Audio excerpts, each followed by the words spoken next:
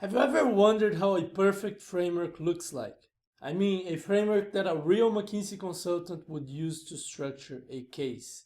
Our goal with this channel is to teach you effective techniques so that you can stand out in your case interviews by thinking like a top management consultant.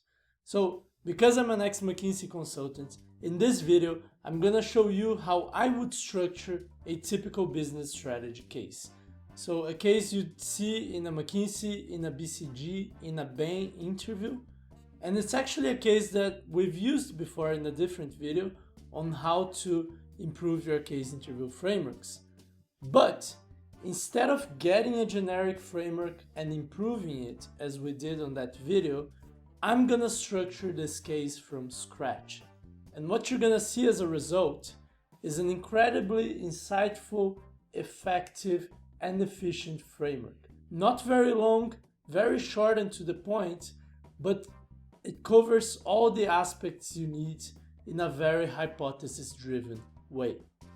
After presenting this framework to you, I'm gonna break it down so you can see how I did it and why is it much better than any framework from any case interview book. For this specific case at least, because the framework is gonna be tailored for this case. So let's jump right in and see the case question and how I structure this case. So here's the case question. A high-end European hair care brand wants to enter the Asian market. Should they do it or not? So ideally, I'd ask a few clarification questions just to get the case more specific. For example, what's motivating them to enter this market? What type of hair care do they do? How high-end are they? Do they have any experience with Asia? Do they have any specific objectives with this entry besides just increasing shareholder value and so on? But let's suppose the interviewer does not answer me any of these clarifying questions. They just say, well, this is the case, do your best.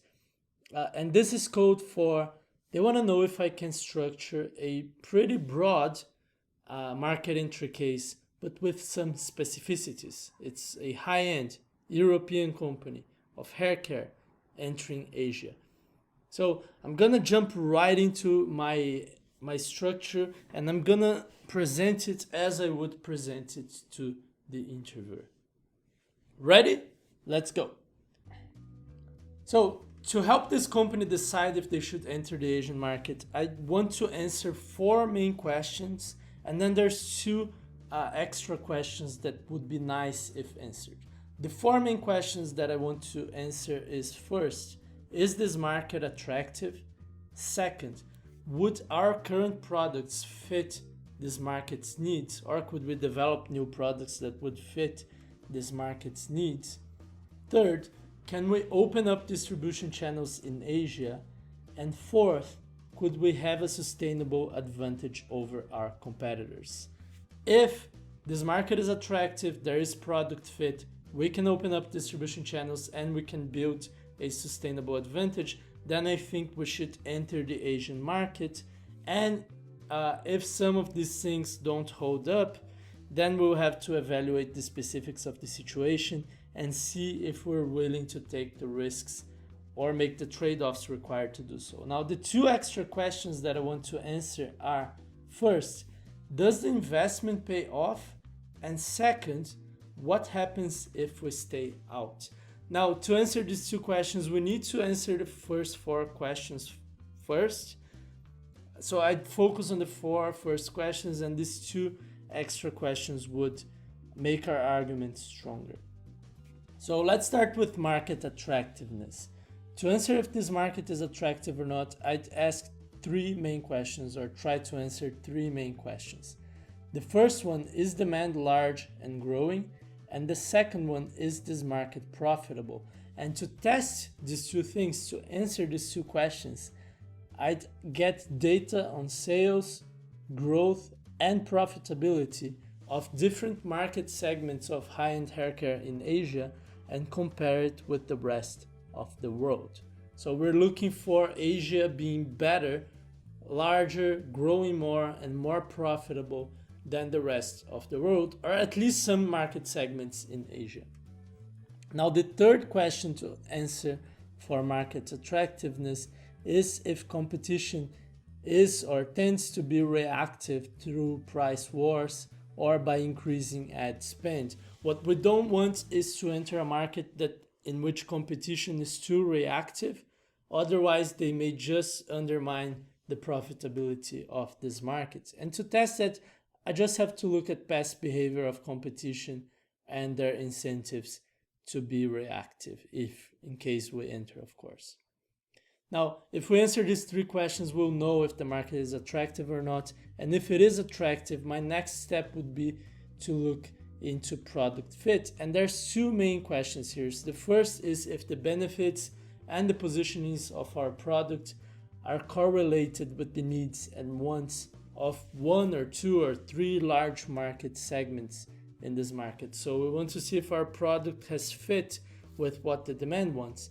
And next, if the market is lacking for products with those characteristics, which would be a nice thing. And to do this analysis, I'll just compare the benefits and positioning of our products, our brand, other players' brands and products, and with what each market segment wants and needs. And hopefully we can fill a nice gap here. Now, if there is product fit, if the market is attractive, my next step would be to look into distribution channels. And there's two main things to look here. First, if the distribution channels for hair care products are open to new suppliers, and I'd look into B2C and B2B channels, so drugstores, supermarkets on the B2C side, and distributors and wholesalers for hairstylists, for example, on the B2B side. Also, I want to see if we can offer them the incentives that they need to carry and promote our products. Now, I don't see why distribution channels would be a problem, but I talk to them and talk to experts in Asia retail, in Asian hair care, to see if this really is not a problem or if there's things that we're not seeing yet. Finally, I'd look at sustainable competitive advantage over our competitors, and I'd look at three sources for it. First, if we can have a product advantage due to patents or know-hows. Second, if we can have a brand advantage because we're European, so maybe there's more perceived quality or people perceive our product to be celebrity status, I don't know.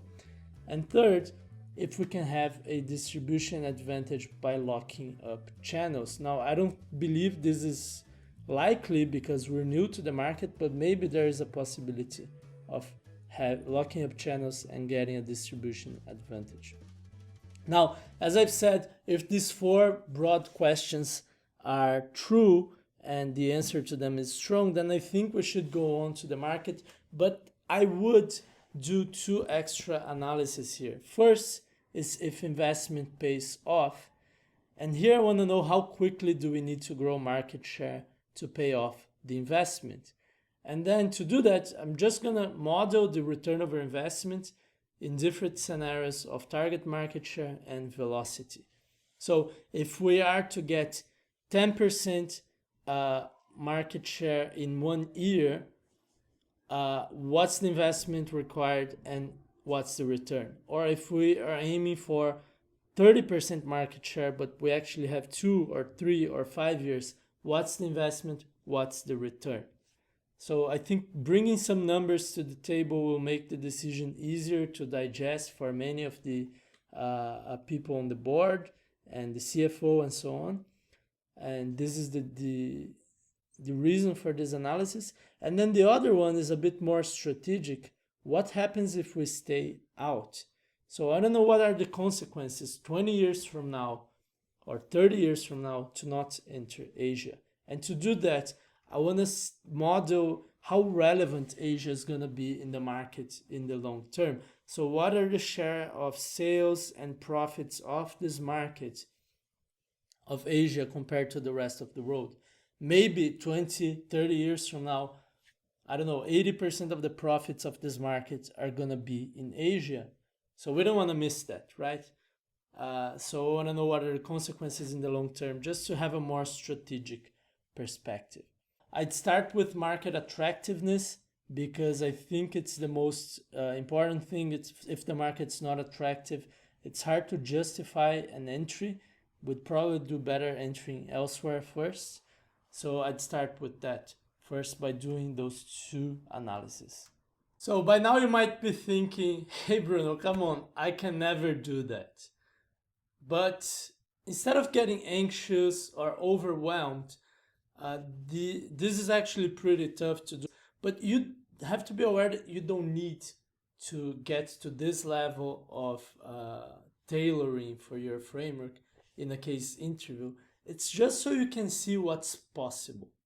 So in the spirit of seeing what's possible and having an ideal goal so that we can aspire to, I want to tell you the 3 things that I like about this framework and why I think it's much, much better than most frameworks out there or than adapting a generic framework. So the first takeaway and the first thing that I love about this type of framework is that it's fully customized to the problem. It's really tailored. What I mean by that is most important issues are covered, if not all of them. They're covered in a prioritized way. So I'm telling the interviewer, I do this first. If the results are positive, then I would say do this and then this and so on. And there's absolutely nothing irrelevant in this framework. You can go back and try to look for things that might not be relevant and you're not going to find any because everything there has a purpose. So that's the first takeaway. Make your structure fully customized so that your frameworks cover all or at least most of the important aspects in a prioritized manner with absolutely no irrelevant stuff there. The second takeaway, or the second reason why I love this kind of framework, is that it's to the point. So even though it's comprehensive, it's exhaustive, I don't spend half the time rambling. I actually have 4 questions that need to be answered, 2 extra questions that make the answer stronger.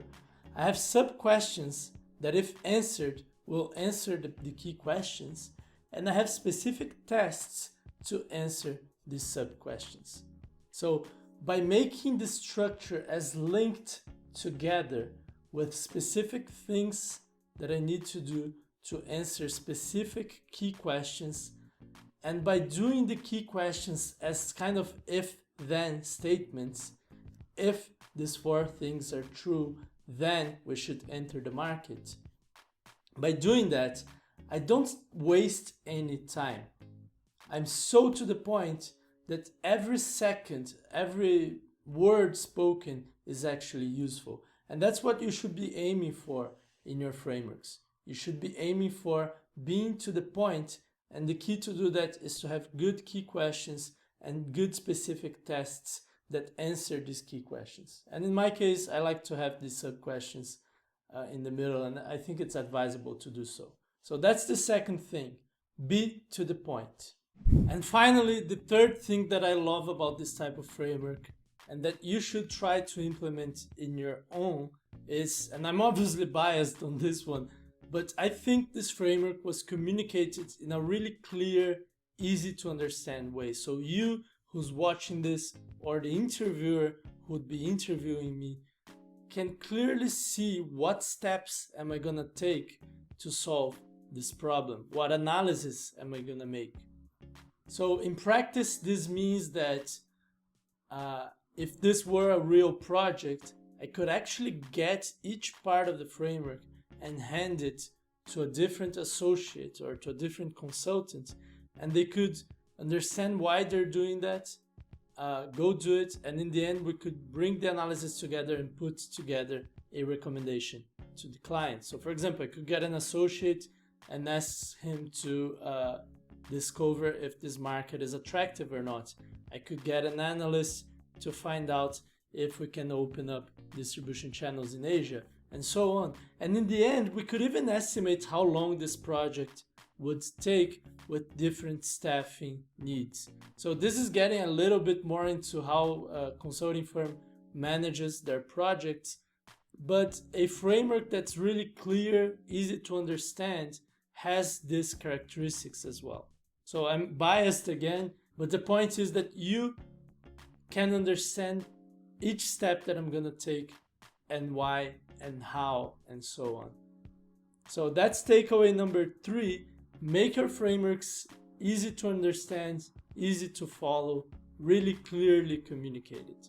So by now you might be thinking, okay Bruno, cool, I want to learn how to build a framework like that. You said it's pretty difficult, but I want to do what it takes to stand out in my cases, and I really want to come up with a structure like that in front of the interviewer because I know this will impress them. If that's the case, your next step should be to go to our course on case interview fundamentals. It's a free course, and among other things, we teach you how to build frameworks from scratch so you can actually structure any case without depending on having memorized the right framework from the right case interview book. You can access this course at craftingcases.com/free course. Also, take a look at the rest of the channel. There's lots of interesting stuff there, more advanced case interview content as you've seen in this video. And if you like what you see, hit subscribe, hit the alarm bell button so you're notified. We launch roughly 2 videos per week, and comment on the comment section what kind of videos would you like to see in the future. I hope you'll like this video, and I hope you have a good day, a good evening, a good preparation for your case interviews, and I'll see you in the next one.